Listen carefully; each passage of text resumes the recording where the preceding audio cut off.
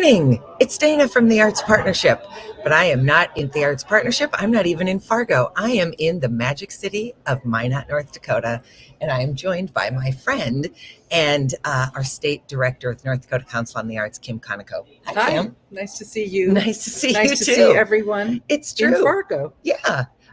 Let me pull up in case anyone wants to write and comment anything. We are here for the North Dakota Association of Nonprofit Organizations conference, annual conference. And I was thinking this morning that it would be really fabulous to have Kim just talk a little bit about sort of the state of the arts in the state of North Dakota, because if it's a complex thing to manage the arts in Fargo, Moorhead, and West Fargo, this is a big state, Kim, big as state. you well know, Yeah, and it state. presents challenges as all states would and do. I mean, you've got rural and urban and east and west and different political perspectives and different views on the arts. So just talk about from your bird's eye vantage point, what is the state of the arts in North Dakota from your perspective? I would say right now things are a little bit scary. Okay. I think that the reason for that is that we're in an election year, and we have voting coming up right now. And then in November, you're going to see larger elections. And from what I've heard from the staff at the governor's office in particular, they're anticipating about 35 to 40 new legislators coming in. The reason that that's so concerning is that you've got new people who have an agenda that they're trying to get accomplished, which is why this whole election time is so critical. But they're also then going to be learning how Right. to utilize the system. So the fact that we've got new people who don't know how the system works and has to be introduced to everything that's good, as well as many other topics Yeah. that will come up. So I would just say that right now, just in terms of the political landscape, there is just a little bit of nervousness. I will say I don't think it's going to be easy for the arts during this upcoming legislative session. So as you all know, they are voting on my budget for the State Arts Council. And that budget is made up of 50% legislative funds and 50% national funds from the National Endowment for the Arts. There's a little bit of tiny percentage of other in there. But it's going to be hard because I would say that the value and impact of the arts is not high on the agenda of our legislators. Yeah. It's a tightrope. It's an ongoing challenge Right. to help people understand it. And I think the challenges are so complex because on one hand, everything is art. My sweater, the seats we're sitting in, the design of the building, the Right. layout of it's all got an art component. And so that's easy to take for granted and not even recognize that it's art. So that's a piece of it. I think some of it is that art has become it's kind of gotten caught up in some political partisanship, which is not fair because there are plenty of very, very conservative people who have an affinity for the arts. There are plenty of very, very liberal people who don't care much about the arts at all. And then there's many people in the middle, most people who think, yeah, they matter, but they're not the most important thing to me. Right. And when you go into a legislative session where the dollars are so high, and you have people kind of deciding the fate of, so very often what happens with arts initiatives is that they get tacked on maybe at the end. That's not necessarily a bad thing. Like I always have a measuring stick. Do I want to ride below the waves, or do I want to stick my head up and pull attention to something that might end up being controversial? I think that COVID is a really good example of how the arts actually flourished. And in particular in North Dakota, we were able, favorite word, pivot, to really get arts programming online. Yep. And I think that made a huge difference to families, to state arts workers, to businesses, to children, to really participate in programming that might have been lost if Yep. we were not able to move so quickly. And as a result of that, many of our arts organizations moved to do work online, which I think Yeah. actually ended up being a very positive thing. Me too. They examined different technologies and ways to get programming to people. And I can think of, the group that always comes to my mind when I think about COVID is Theater B, Okay. which in fact, by doing Theater B at home online, actually brought in whole new audiences Right. to their programming that it would not have happened had there not been that offering. Absolutely. And from my perspective as a producer of a few programs throughout COVID, what it did was it allowed us to not get caught in the trap of, well, we've always done it this way, so we have to do it this way. As artists, we say all the time, oh, we're the out of the box thinkers.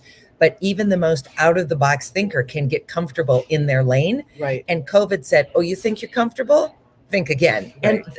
And that's where you saw innovation in really beautiful ways that we will carry forward. So I agree. Yeah. Plus, as I say all the time, you had two very different federal administrations decide that the nonprofit sector was worth supporting and show up in extraordinary financial ways, which was a blessing and a bit of a challenge.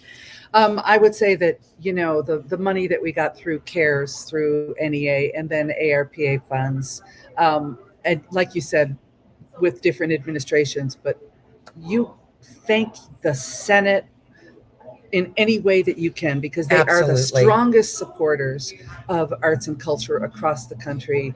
And it didn't matter who was president. What mattered is that they believed in the value and got money out there into the community. Yeah. So that was really amazing. I think in North Dakota, we're seeing a bit of a struggle post-COVID. Dayna and I have talked about this a little bit, but what's important, I think, is to really take a moment post big COVID, the big thing, epicenter of COVID, right, hopefully, and try to look at what we're offering and maybe do less and do it really well. I think that we're often pushed into a situation where we think we have to perform for everybody and be the best that we can be. And I would say, yes, you want to be the best you can be, but keep it simple, because I think monies are going to be very tight. I do too. I think there's clearly some problems with retaining staff, with finding people to apply, with offering salaries that are reasonable and acceptable and competitive. And I think that following your mission to the core in the most simple way that you can will probably be helpful. We just went through all of our grant panels. How many grants do you give out? We give out, we have 10 programs. 10 grant programs. 10 grant programs. And they're across the state, and they run rural to city to elderly to children in school. So it's a really big mass with a very little mass of money. And staff. I have to give kudos to my staff. We really, for us, the federal money was a tough thing because our staff didn't increase, but our funds did. So we had a lot of work during COVID to just manage it and get it out to you as our constituents. What was great is that we were able to offer monies to organizations and individuals. And we're probably one of the few states in the country that can fund individuals. Many of them can't. So we were really happy about that. But the recent is the recent grant programs that we've just finished through panel process and then that the board has approved. We're in the process of announcing this week. Again, it's not a lot, but we're really happy to see that our spread has shifted a little. So there's more money going into differing communities all across the state for very interesting projects that are really community oriented in how the arts can help bring people together. Yeah, so I had a number of thoughts. One, as a recipient of organizational support, thank you. I mean, would everybody like more money? Yes. Do I wish that the Arts Partnership could give more money? Yes. Do I wish we received more money? Yes. That being said, we received the money we receive and we're grateful for it. And then I was one of the recipients of an individual artist grant, and that was transformational for me. It was not game-changing money. I didn't obviously quit my day job, but it gave me the opportunity. It gave me the chance to A, see myself as an artist, B, dig into some work that I might not have done any other way. And so it was an interesting fire hose of money. And because we're friends, I know that came at you fast and furiously. And so I just want you to know how much we appreciate the receivers. Thank you. That work. Thank you. And then the other thing is there's a lot of conversation in Fargo about why does Fargo produce the lion's share of the arts and we don't get the lion's share of the funding? And I think it's a fair question, but I also want to say, as someone who was board chair of Arts North Dakota when that organization existed and was the advocacy organization across the state, you don't understand how hard it is to engage this state until you have a statewide position. It's an incredible state to try and wrangle. It's really unexplainable until you do it. And B, of course, I think the art being produced in Fargo, Moorhead, West Fargo is among the best art being produced in the state. I'm not going to say the best, but I think we're doing really amazing art. But let me promise you that there is art being done everywhere. And in some of those little tiny communities where 2 or 3 people show up and they put their heart and soul into a festival, a performance, this, that, or the other. They're doing murals on the sides of their buildings. The impact on those little communities is immense because what they have to offer their citizens is very different than what we can offer in Fargo Moorhead. The diversity of offerings is just much smaller, so the impact can be much greater. So I have a real appreciation for the fact that as a statewide organization, you have not given into the pressure that I know you sometimes feel from those of us who think we're doing the most important work. Work is work, and our work is important, and so is the little work being done across the state. And I think it's really valuable to remember that. I feel really honored that I got to learn about that hands-on, because our work matters, but so does theirs. And I think, again, when you're dealing with national funding, their role is to see as much disbursement as possible across a state, across populations, and this is one big ass state, and I think about sometimes when I'm able to go out and travel and really get, say, from Pembina down to Beach across the state.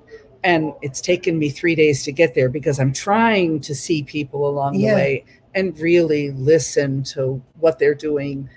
I get a real feeling of satisfaction knowing that we're to fund that breadth and that diversity, and know that every community, no matter what the size of the grant is, I mean, whether it's $1,000 or whether it's $11,000, which is about our largest grant, it is having that effect on people and changing lives. The Arts Across the Prairie program, which is a large-scale public art installation focused on placemaking based on the cultural heritage of each of the 8 regions of the state. And if you can repeat that back, you're a miracle. But it's a really special project that I think is forcing cross communication Yeah. around counties, across regions, communities, businesses. And it's just such a fabulous program. And I feel like in some ways it will help North Dakota through arts get on the map in a totally different way, to help us, as I'm going to put myself in this category, to help us as North Dakotans making and creating art, to have some pride. Yeah. And to stand up and say, hey, we did this together. Right. And a cultural awareness of who the we are. diversity of culture Of who in we this are. state. Right, Absolutely. Right. Well, Kim, this has been incredibly interesting. Thanks. I could continue to talk, but I have to go introduce the Go next do a session. session. But thanks for watching, everyone. Thank you, everyone.